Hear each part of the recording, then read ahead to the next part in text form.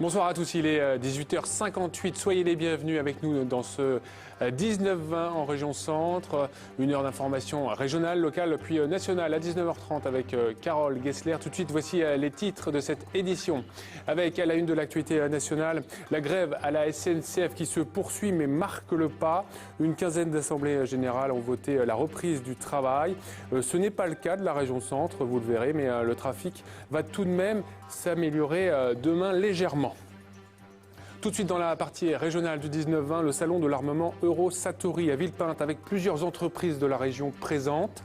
La place de l'industrie de défense est très importante en région centre. C'est le premier employeur avec près de 17 000 emplois directs ou indirects, vous le verrez. Il était une fois le festival de jazz à Orléans avec les scènes ouvertes, le festival Off. Et vous le verrez qu'avec Greg Zlap, l'harmonica est un jeu d'enfant. 1 millier d'élèves a donné de son souffle dans le cadre d'un projet pédagogique. Reportage à la fin de ce journal. Voilà pour les titres que nous allons développer ce soir avec vous, Rebecca. Bonsoir. Bonsoir Benoît, bonsoir à tous. On ouvre tout d'abord cette édition avec les syndicats de cheminots de la région centre qui ont décidé de reconduire la grève demain. Ce sera le 10e jour. Dans le même temps, certaines régions de France ont choisi de reprendre le travail. Tout de suite, les précisions à la gare de Tours. Jean-Philippe Tranvoise. Eh bien oui, on s'achemine vers une 10e journée de grève. C'est en tout cas ce qu'ont décidé les assemblées générales, notamment à Fleury-les-Aubrais ou encore ici à Tours. Et pourtant, au 9e jour du conflit, le taux de grévistes n'a jamais été aussi bas. 10,48% contre 28% au début du mouvement. Et certains sites ont même voté la reprise. C'est le cas notamment à Rennes, Caen, Rouen ou certains sites du Nord-Pas-de-Calais. La suite ici à Tours, eh bien c'est une assemblée générale demain matin à 11h.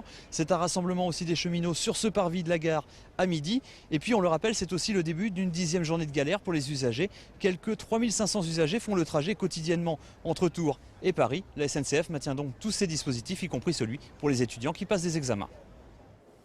Et j'ajoute que ce soir, la direction régionale annonce la circulation de 2 trains sur 3 demain sur les grands axes et le réseau secondaire. Autre grève dans la région, à l'usine ICT de Panne, près de Montargis, Rebecca. Un site qui produit du papier toilette et de l'essuie-tout. Là-bas, 60 employés débrayent depuis lundi. Ils réclament des augmentations de salaire. Fanny Bouteiller, David Jouya. 4 jours après le début de la grève, les représentants des salariés de l'usine ICT partent dans les bureaux de la direction. Objectif, obtenir une revalorisation des salaires. Concrètement, les bas salaires, on aurait voulu qu'ils atteignent 1005 minimum. Un bas salaire qui touche 1003 actuellement avec des primes, on aurait voulu concrètement qu'il arrive au moins à 1005, tout simplement. Créée en 2011, l'usine a permis l'embauche de plus de 160 personnes.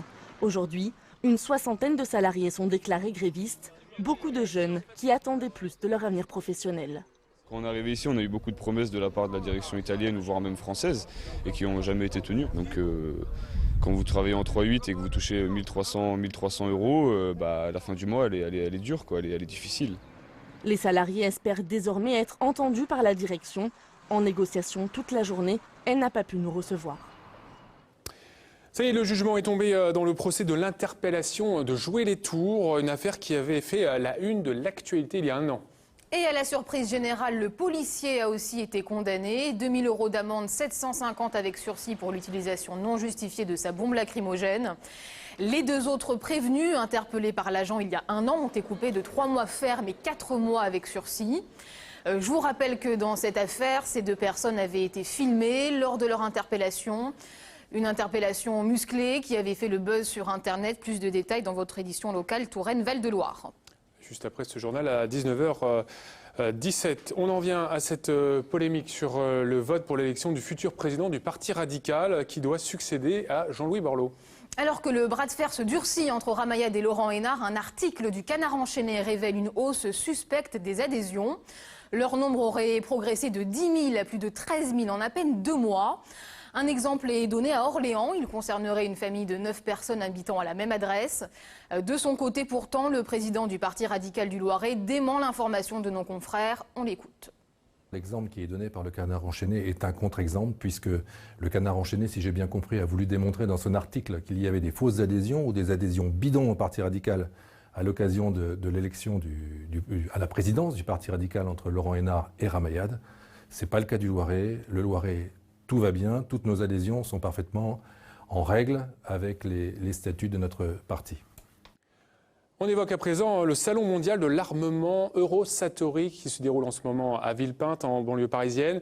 Un salon sur fond d'incertitude budgétaire. Et pourtant, c'est un secteur qui pèse lourd, 227 PME et près de 17 000 salariés, soit le premier employeur de la région.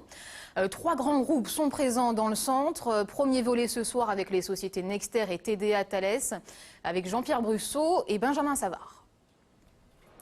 Malgré une conjoncture économique difficile, le plus grand salon mondial de l'armement, Eurosatory, s'est ouvert en début de semaine avec plus de 1400 exposants venus de 53 pays.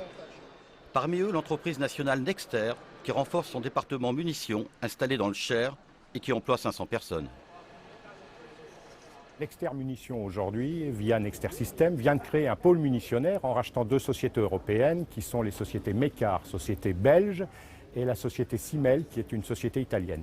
Alors pour ça, il y a 2 choses importantes dans ces rachats. Pourquoi ces rachats? Un, ça permet à Nexter Munitions et au pôle munitionnaire de Nexter de jouer dans la cour des grands et de devenir dans les 3 plus gros européens des sociétés munitionnaires. Ça, c'est la première chose. Et deuxièmement, ça nous permet d'avoir une gamme au niveau du pôle munitionnaire beaucoup plus complète, puisque les trous qu'on pouvait avoir au niveau de Nexter Munitions sont comblés par le rachat de Mécart et de Simel.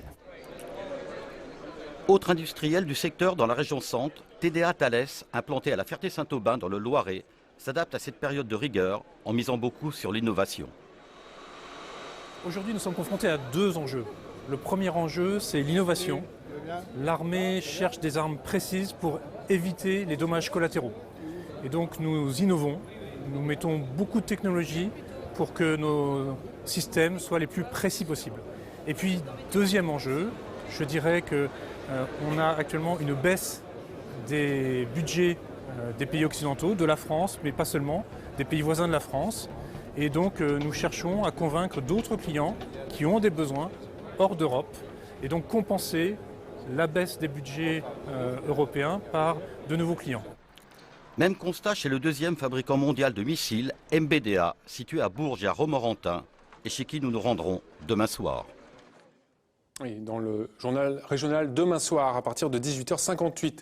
On va parler de sport à présent avec la venue exceptionnelle du numéro 1 mondial de squash à la Chaussée Saint-Victor. Oui, ce numéro 1 mondial est français. Il s'agit de Grégory Gauthier, venu pour promouvoir la discipline Christelle Chapiotin et Alain Eudes. Sur le court, le gratin du squash mondial. Short rouge, le Suisse Nicolas Müller, numéro 26. Short noir, le Français Grégory Gauthier, numéro 1. À 17 ans, il fait ses débuts sur le circuit international. À 31, il est au sommet de son art. J'ai décroché un gros titre il y a 3 semaines. C'est le titre du British Open. Et en fait, c'est comme gagner Wimbledon au tennis. C'est très gros et c'est très prestigieux. Et ça m'a permis d'engranger un maximum de points et de conforter ma place de numéro 1.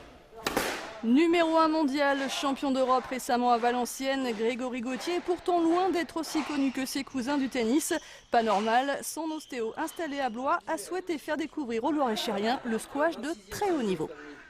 Ici, ils connaissent beaucoup le loisir, ils me voient jouer moi, mais bon, c'est un autre monde. Donc ça me fait aussi plaisir de pouvoir présenter ça localement à Blois, c'est ma ville, c'est mon club. Discipline non olympique, le squash n'est pas un sport très médiatisé en France. Avec pas ou peu de grosses épreuves, les joueurs sont rarement dans l'hexagone, d'où l'importance de ce genre de rendez-vous. Nos champions ne demandent que ça. On espère que ça va créer une émulation et puis une bonne dynamique aussi au niveau de la ville, de la région et des clubs. Et c'est à partir de là qu'on crée des gros événements après, pourquoi pas des gros tournois. La balle est dans leur camp. 19h08, restez avec nous dans un instant, vos éditions locales. Mais avant cela, on va parler de musique avec les débuts d'Orléans Jazz. Un festival qui a débuté hier soir avec les scènes ouvertes, le festival Off. L'artiste de blues Greg Zlapp a entraîné à l'harmonica près d'1 millier d'élèves ce midi dans le cadre d'un grand projet pédagogique. Un concert étonnant, on voit cela avec Isabelle Racine et Alain Eudes. Pour faire le train à l'harmonica, c'est très simple.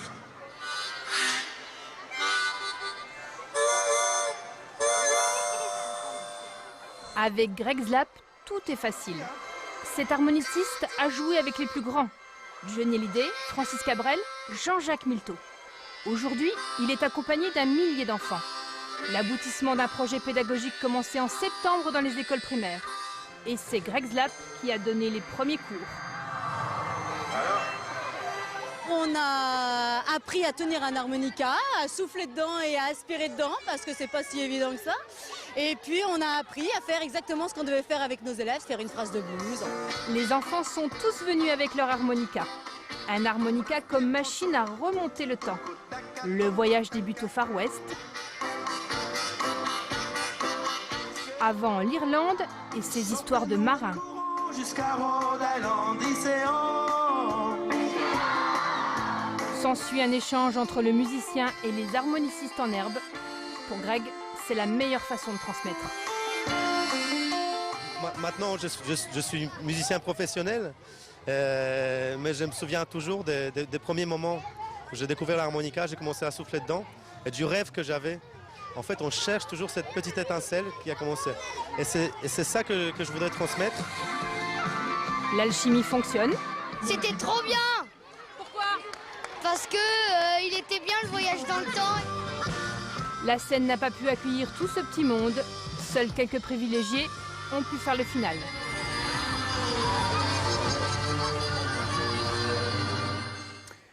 Et on poursuit, toujours en musique et toujours au Festival de Jazz d'Orléans. À 21h, samedi, place de Loire, pour la fête de la musique, le groupe Elinoa, un sextet orléano-tourangeau, proposera un voyage dans un univers atypique. À sa tête, une fille de chef de chœur, ancienne de Sciences Po. Dernière répétition près de Blois au château de Beauregard, Alain Georges Monet et Jean-Christophe Ragzi. Le château de Beauregard en a frissonné de bonheur musical. Et les oreilles de ces portraits de chiens célèbres se sont redressées. Et Elinoa Sextet, enchanté des lieux.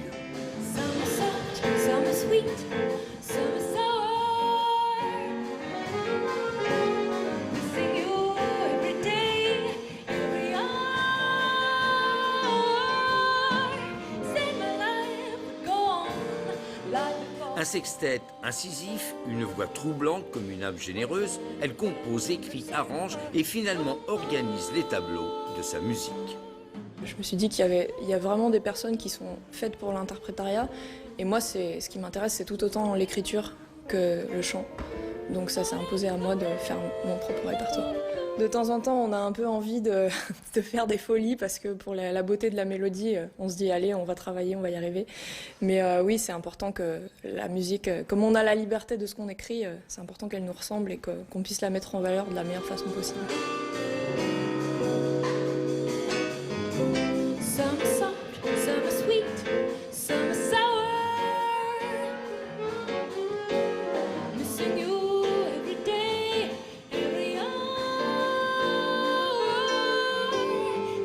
Pas la peine de définir ses compositions et ses rythmiques, Elinoa est elle-même un pont de bonheur entre Sciences Po et Didier Lockwood.